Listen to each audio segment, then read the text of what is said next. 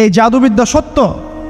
এবং এখনকার অনেক ভণ্ড যে কবিরাজগুলো বের হয়েছে, এরা জিনকে তাবে করে নিয়ে এই জিনদের মধ্য দিয়ে মানুষের মধ্যে জাদু ছড়িয়ে দিয়েছে, এবং এর ফলশ্রুতিতে বহু পরিবার ধ্বংস হয়ে যাচ্ছে।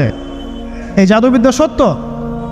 আরও একটা জিনিস সত্য, নবী সাল্লাল্লাহু আলাইহি ওয়াসাল্লাম বলেছেন ইন্না আইনাল হক, চোখের নজর সত্য। নবী করিম সাল্লাল্লাহু আলাইহি ওয়াসাল্লাম বলেছেন চোখের বদনজর সত্য। এই যে আমরা বলি ফেসবুকে এত বেশি ছবি দিয়েন না ভাই, ছবি তুলেন না, ছবি তুলেন না, বারবার যে বলি নিষেধ করি। কারণ কি জানেন? একটাই কারণ, বিকজ চোখ লাগাটা সত্য। মানুষের চোখ লাগে, এই কথা শুনলে অনেক মজুমদাররা হাসবে না?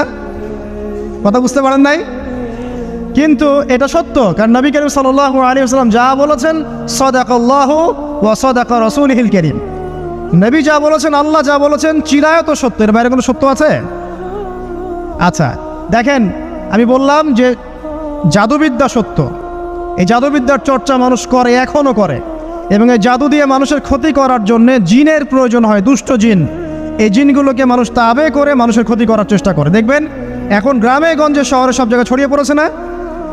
দেখবেন, খুব সতর্ক থাকবেন। আমি পরে সলিউশন বলছি আপনাদেরকে।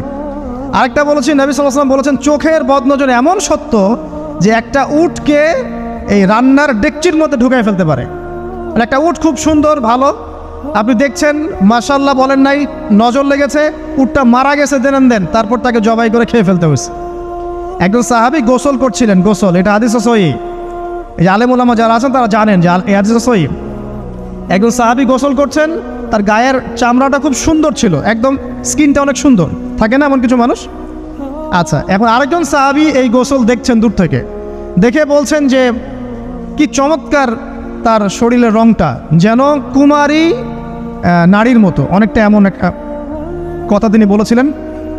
সাথে সাথে এই সাহাবী অজ্ঞান হয়ে পড়ে গেছে। কোন সাহাবী? যিনি গোসল করছিলেন।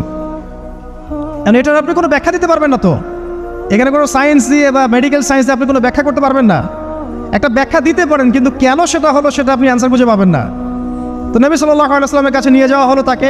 তিনি বললেন যে এই ব্যক্তির ব্যাপারে কি কেউ ভালো মন্দ কিছু বলেছিল? তখন একজন সাহাবী বললেন হ্যাঁ, অমুকে বলেছে এর স্কিনটা অনেক সুন্দর, তোকে ডেকে নিয়ে আসুন। ওকে ডেকে আনা হলো।